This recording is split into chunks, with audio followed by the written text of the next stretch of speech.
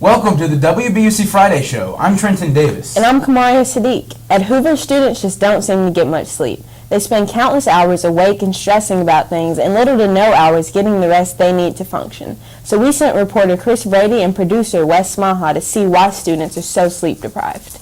Student and football player Xavier Jones says that he's become more accustomed to late nights. A good bit of time, but I really don't, it doesn't bother me anymore. I'm so used to it. Xavier is not the only student who has become immune to the lack of sleep. It don't really affect me that much because I'm used to getting up early and staying up late. So.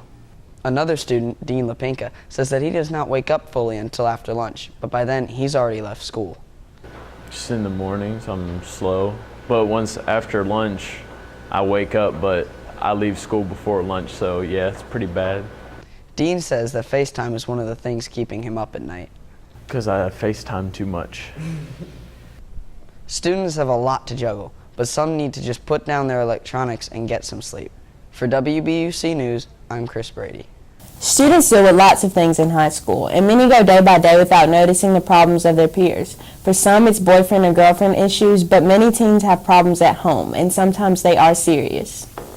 A team of Hoover broadcasters, Cherden, Paulino, Laura Matalka, and my co-anchor Khamaria Saadiq, went out to ask students and administrators about some things that are just a little more personal. Students in high school have a lot to deal with, everything from learning how to do their homework to how to get into college to extracurricular activities, but many of them can't even focus on those things because they have problems at home. We spoke to a few students at Hoover High School about the problems that them and maybe their friends have going on at home.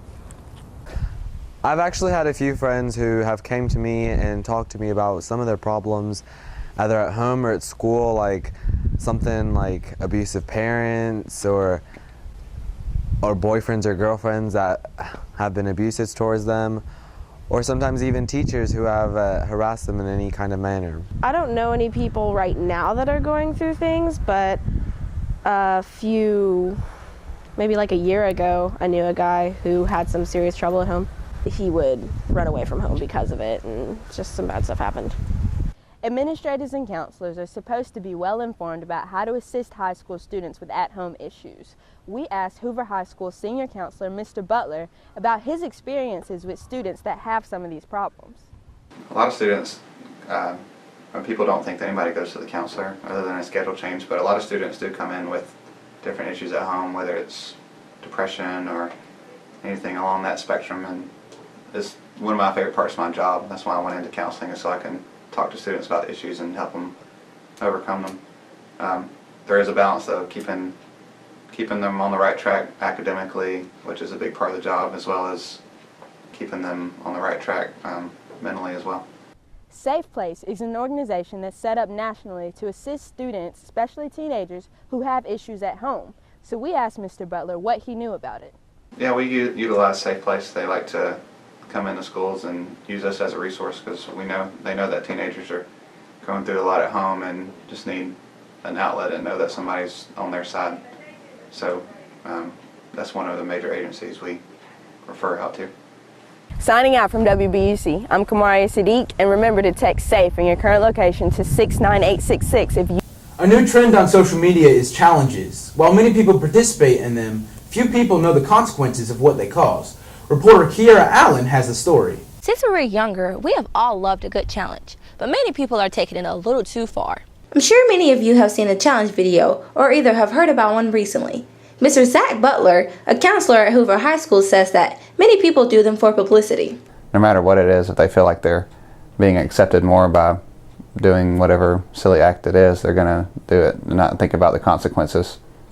While some people do challenges for publicity, others do challenges to bring awareness to diseases, such as the ALS Ice Bucket Challenge. Hoover High School student Amir Johnson did the Ice Bucket Challenge. We talked to Amir about why it was important for him to do the Ice Bucket Challenge. My mother has ALS, so I just felt like I needed to do it.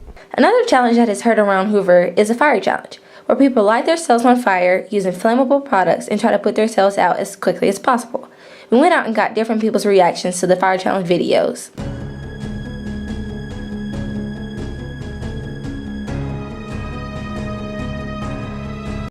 For some, the fire challenge was just something funny or fun to do. But for 8-year-old Jane Adams, he was badly injured.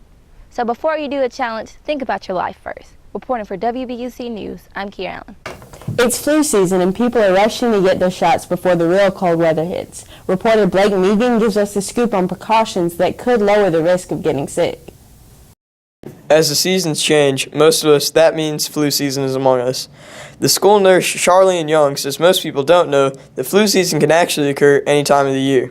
You can have flu cases that are diagnosed during the summer months as well as the flu season that we know it to be. Actually, we will begin seeing flu being diagnosed usually as early as October, and the season will run until about March or April. People need to start thinking about the flu and taking steps to prevent it. Ms. Young gave us some advice to protect us from the flu. The best way to prevent you from getting the flu is being vaccinated. You have several options. They have flu mist that can be given, and you can get an injection as well. The other thing that you can do is try to get plenty of sleep, eat right, drink plenty of fluids, try to keep yourself as healthy as possible. Flu mist was actually administered by the school. Even if you do get the medicine, the chance of you getting the flu is still there. If you do get sick, you have to do some things to keep everyone around you healthy. We need for everyone to stay at home. If they're running a fever, you need to be fever-free for 24 hours without the use of any kind of fever-reducing medication. And if you're feeling those body aches, you feel like you're feverish, you need to speak with your parents or your guardian so that you can get the care that you need. Reporting for WBUC, I'm Blake Megan. Let's not forget that plan testing for all 10th grade students is scheduled for October 21st. All 9th, 11th, and 12th grade students will report to school at 11:17 a.m. Fall has arrived, and many of us are extremely excited to get cozy for the cold. While it's not quite freezing yet, we're looking at a weekend with mid-60 to high 70-degree weather. In sports news, Hoover's varsity volleyball team beat Tuscaloosa County Tuesday night and moved up in the bracket. They'll host a Super Regional Tournament October 23rd through 25th here at Hoover. Tonight, Hoover's varsity football team hosts Vestavia in a Region 3 contest. Kickoff is at 7 p.m. as they play our Rebel rivals at the Met. And that concludes our show for this week. Once again, we have a new show every Friday, so be sure to click the link in the description and subscribe for more. We'll see you next week here at the WBUC Friday Show. I'm Trenton Davis. And I'm Khamaria Saadiq. Until next time, be safe and go Bucks.